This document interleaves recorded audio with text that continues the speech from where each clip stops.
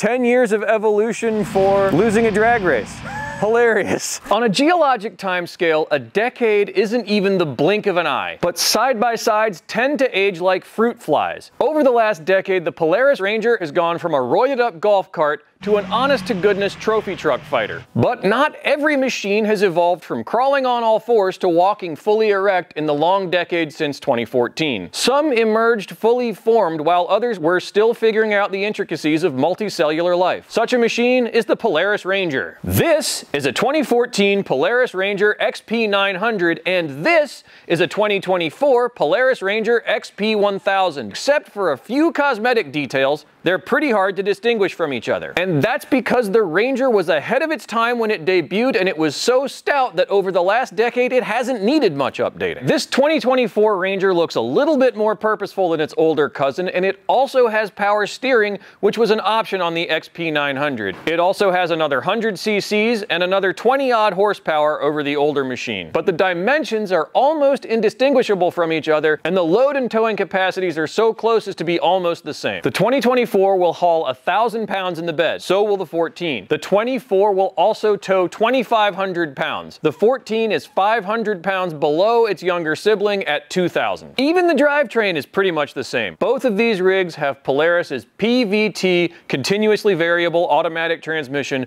with high, low, park, and reverse. They both have dual range transfer cases, and they both have turf mode so you won't tear up your grass. So this 2014 Polaris Ranger XP900 HO has had a life that most side-by-sides can only dream of. Side-by-sides tend to have the lifespan of a goldfish. Between hard use, deferred maintenance, and the calamity that comes with use on the trail, UTVs tend to go through the ringer. And this one's no exception. It has been beaten down once, but has ended up in the care of a fastidious owner who gave it a full mechanical restoration. Both differentials, the axles, the transmission, and the suspension have all been sorted on this rig. Everything underneath it except the engine is new. When the current owner got this machine, it wasn't running, and it was carrying around enough Virginia red clay to pave a dirt track. The axle spindles were almost worn off, and the differentials were making more noise than a Philharmonic orchestra. So it got taken all the way down to the bare frame and rebuilt with about $4,500 worth of new parts. This thing is as close to a brand new 2014 Polaris Ranger as you can get. Today we're going to drive both machines, we're going to go over the differences between the two, and then we're going to go over our 5 favorite things about each one. Getting ready to take the 2014 Polaris Ranger XP900 HO out on the trail. First of all, there's that aftermarket cab situation on it now, but it is $250 compared to almost $5,000 for the hard cab that you can get for these things. The doors are zip up, and the windshield is a little piece of Lexan or plexiglass. As you can see, the interior is a lot more Spartan than what you get in a 2024. You have an analog gauge, there's a very tiny digital readout, some very basic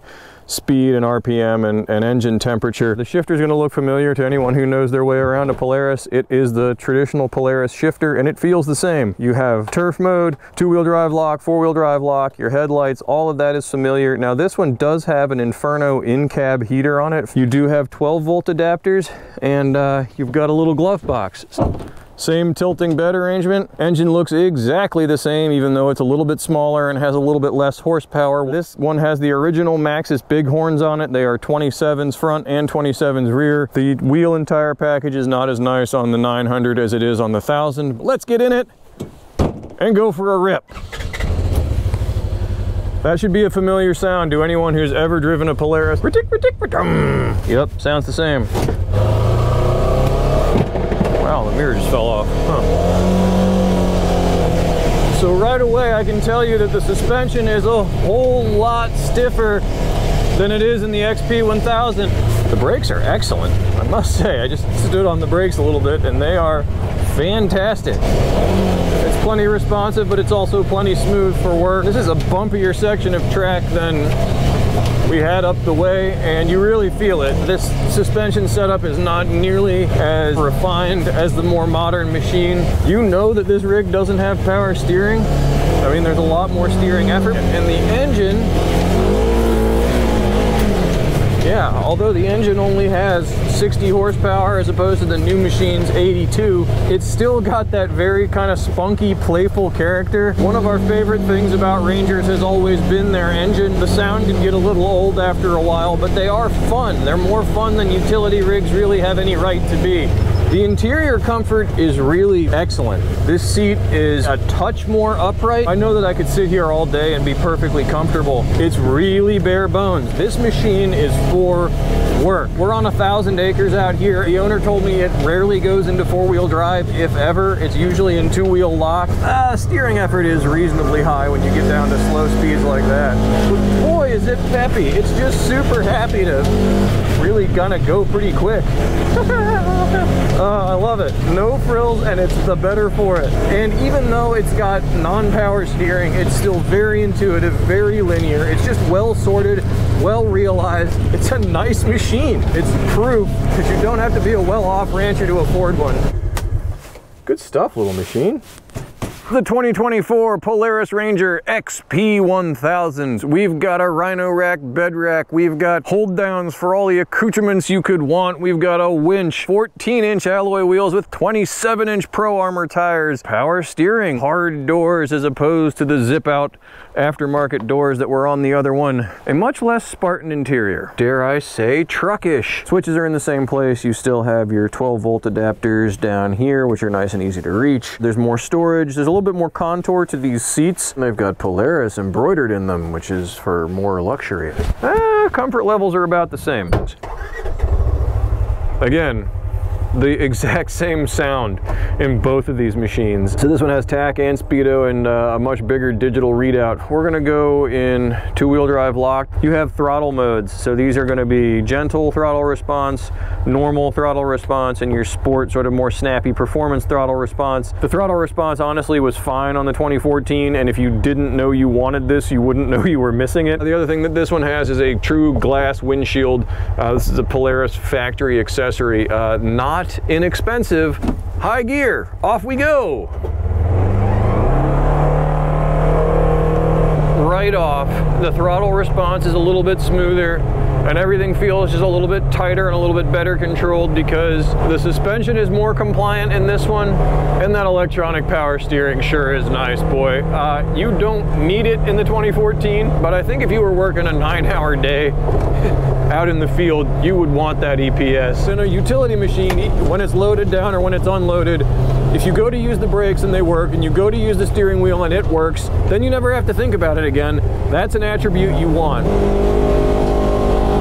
Alright, some of this is probably tire related. This one is a little bit quicker. It's noticeably quicker, I would say. Especially right off the hit, it's a little torquier. You don't need 82 horsepower. This has 82 horsepower, which is hilarious. It's great, it's fun. You don't need it. Through here is where you really notice the difference. There's a lot of like pine roots and just kind of water washouts and stuff through here, so it's a really chunky, bumpy section. And I'm not getting hit in the back of the head with the headrest in this one the way I was in the 14. Put it in performance. Yeah, you really feel that extra throttle response when you got it in performance. And the most surprising thing about that drive was how unsurprising it was. A 2014 Polaris Ranger and a 2024 Polaris Ranger aren't that far apart. You can spend all day in both machines and you're going to get the same work out of each machine. It's just how much money you want to spend and how comfortable you want to be. Let's take a look at each machine and go over 5 things we love about them and 5 things we'd change about them. So the number 1 thing that we love about the 2014 Polaris Ranger XP900 HO is just how simple it is. No frills is a wonderful thing if you're doing work, and this machine is going to be reliable, it's going to start every time, and it's going to be rugged because there is very little to break. Number 2, the engine. It's a Polaris parallel twin. It's a 900cc. It has 60-ish horsepower. It sounds, it behaves, and it feels pretty close to the brand new 1000cc Polaris parallel twin that's in the XP. Number 3. Capability. This 2014 Polaris Ranger carries 1,000 pounds in the bed, the same as the 2024 Polaris Ranger, and it will tow 1 ton, which is just 500 pounds less than its modern counterpart. Number 4, the interior. It's very Spartan in here. It's a lot of hard plastic. It's very basic, and that's exactly what you want, because you could get a day's worth of mud, or a week's worth of mud, or 10 years worth of mud in here. Get out your hose, spray it out, and nothing gets hurt. Number 5. Not this bumper specifically, but there are spaces to bolt on all of the standard Polaris accessories that you get on the 2024. So this one doesn't have a winch, but it's easy to bolt one up to there, and you can go right on Polaris's website and buy one. What are 5 things we'd change about it? Well, number 1, this is not a knock on Polaris or anyone in particular. I personally would change this cab. Now, this cab works great as a budget accessory, but hard cabs are better, and having to zip and unzip your doors every time you want to get in and out, not ideal. Number 2, these wheels and tires. Now, these are old Maxxis Bighorns. They came from a different machine. They're okay, but I think I would go for more modern rubber. Number 3, the steering. This doesn't have power steering. It was an option in 2014, and it would be great if this rig had it. It's a fun novelty to think, oh, it's simple, there's less to brake. It's going to get tiring over a day's drive to not have power steering. 4th thing we would change, these gauges. You've got a speedometer, and then a very rudimentary fuel and engine temperature readout down here. I want to know more information when I'm driving around. I want to know RPMs and a couple other things. Would love to see more information on the dash. And number 5, staying in the interior, this 2014 does not have power modes. The 2024 does. It makes a huge difference. The throttle response in this machine is great as it is, but you only get one way. It's either on or off. Having work, standard, and performance power delivery modes is a nice feature. We'd love to see it here. What are 5 things we love about the 2024? Let's take a look. Number 1, you knew it had to be this. The first thing we love about the 2024 Polaris Ranger XP 1000 is the power steering. EPS was an option on the old rig. It comes standard on this one, and we think it makes a huge difference. Driving these two around, this one's going to be less tiring over a day, and when you're working hard, that's important. Number 2, throttle mode. You got work, standard, and performance. They all change throttle response to match the situation. We wish every side-by-side on Earth had this feature. Number 3, it's got a winch. That's not any more complicated than that. 4th thing I love about the 2024 Polaris Ranger XP 1000, these Rhino racks. Now, that is not a standard feature. That is very much something from the catalog. We love that this rig has it, and we would put it on one that we owned ourselves. And number 5, hard doors that open and close like a car's doors. It's kind of cheating. The other one doesn't have it. Maybe it came with them, maybe it didn't. The 2024 has them, and they're great. 5 things we'd change on the new Polaris Ranger. Number 1, the suspension. It is smoother than that on the 2014, but the 2014 has aftermarket shocks on it, and it's not saying much to say that a 2024 has smoother suspension than a 10-year-old rig. Both of them we'd like to see changed. We'd like a little bit more comfort, and more than that, a little bit more adjustability out of the new stuff. Number 2, we'd love to see this thing have a fully enclosed cab. These machines are getting to where they're not cheap anymore, and it would be great to at least have glass all the way around, and better yet, we'd love to see HVAC. Number 3, this wouldn't be a Polaris review if we didn't say it. Change the shifter. This shifter feels the same as the one in the 2014. That may be okay for a rig that's 10 years old, but it is becoming unacceptable in a rig that's this new. The Ranger XD 1500 proves that you make a better one, so put it in here. Number 4, give me an automatic dump bed. The Ranger XD 1500 has it. I want to see it on the XP 1000. Number 5, put a turbo on it. Just put a turbo on it. We're not saying you should go out and buy a 2014 Polaris Ranger, but we came here to show how good the Polaris Ranger platform has been since it was born. I cannot stress enough how long ago 2014 was in terms of side-by-sides, and the Polaris Ranger has soldiered on as a stalwart utility rig that entire time. Finding one this nice in this day and age is going to be rare. This one had to be restored to be as competent as it is today. So it's probably worth your time and money to go out and buy a new Polaris Ranger XP 1000 if you're seriously in the market for a bare bones utility rig. You won't find a better one, and we think the history is testament enough. All right, so we didn't intend to do another shoot today, but I have to stop and marvel at the 2014 Polaris Ranger XP900.